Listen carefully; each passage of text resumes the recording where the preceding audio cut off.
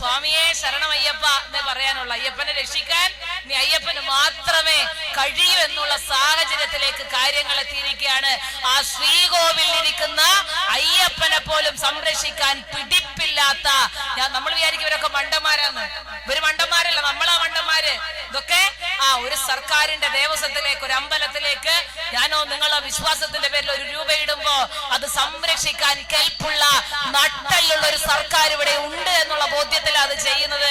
അതിന് കഴിവില്ലാത്ത തോന്നിയവടിക്ക് പോറ്റിക്കും ഉണ്ണികൃഷ്ണനും ഒക്കെ എടുത്തു കൊടുക്കാൻ ഇതിന്റെ വാതിലും വാതിൽപ്പളയും ദ്വാരപാലക ശില്പങ്ങളും ഒക്കെ തോന്നുന്ന വഴിക്ക് എടുത്തുകൊണ്ടുപോകാൻ, രജിസ്റ്റർ തിരുത്താൻ, രജിസ്റ്ററിൽ മാറ്റി എഴുതാൻ ഒരു സംവിധാനവും കയ്യും കണക്കുമില്ലാത്ത അഴിമതിയുടെ കൂത്തരങ്ങായി കേരളത്തിന്റെ ദേവസ്വം ബോർഡുകൾ മാറിക്കൊണ്ടിരിക്കുന്ന കാഴ്ചയാണ് നമുക്ക് ഇവിടെ കാണാനും കഴിയുന്നത്. ഇപ്പൊ വിശ്വാസികൾക്ക് പ്രശ്നമില്ലേ?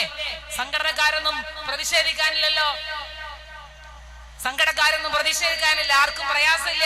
ഇപ്പൊ നേരത്തെ സർവീസ് സംഘടനക്കാര് പാടുന്നത് പോലെ ഒരു അരിയറും കിട്ടിയില്ല, ഒരു ടിഎയും കിട്ടിയില്ല, ഒരു പിഎയും കിട്ടിയില്ല, ഒരു അനുകൂല്യവും കിട്ടിയില്ല.